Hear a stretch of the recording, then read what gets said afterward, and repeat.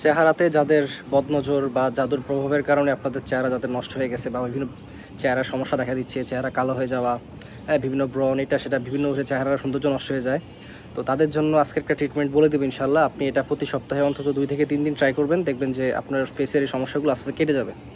তো এটার জন্য আপনাকে কিছু উপকরণ নিতে হবে, যেমন ভিনেগার লাগবে, গোলাপ জল লাগবে, কেমন, তারপর হচ্ছে ঠান্ডা পানি, লবণ, আর হচ্ছে রোকিয়ার যেই পানি আর কি, এগুলো। তো এটা আপনি কীভাবে ব্যবহার করবেন, আপনি একটা মগে ঠান্ডা পানি নেবেন, পর্যাপ্ত পরিমাণ আপনার যেটুকু প্রয়োজন হবে ঠান্ডা পানি নেবেন, নিয়ে এটাতে অন্তত 7 থেকে 8 চামচ ভিনেগার দিবেন, 7 থেকে 8 চামচ গোলাপ জল দেন, তারপর হচ্ছে 1 চিমটের মতো কাছাকাছি এরকম আপনি একটু লবণ ইউজ করতে পারেন। পাশাপাশি রোকিয়ার পরা পানিটা অবশ্যই এখানে দিতে হবে, মাস্ট। হ্যাঁ, আর হচ্ছে আপনি অবশ্যই, যেটা সবচেয়ে বেশি গুরুত্বপূর্ণ, 7টা বড়ি পাতা বাটা রসসহ, পানি ছেঁচে বা যে কোনো কিছু ছেঁচে এই ঠান্ডা পানি, এই সবগুলো উপকরণ একসাথে মিশাবেন।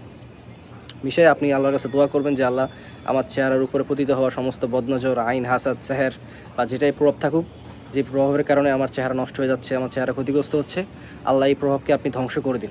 এভাবে নিয়ত করে আপনি এই পরা পানি যেটা আপনি মাত্র বানাইলেন, এই যে ঠান্ডা পানি দিয়ে, এটা আপনি মুখের মধ্যে বারবার এটা ইউজ করেন, বারবার এভাবে পানি ঝাপটা করেন।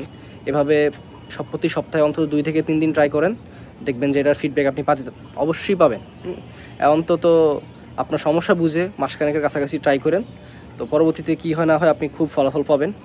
আশা করি এটা আপনাদের জন্য অনেক বেশি উপকার হবে। আসসালামু আলাইকুম।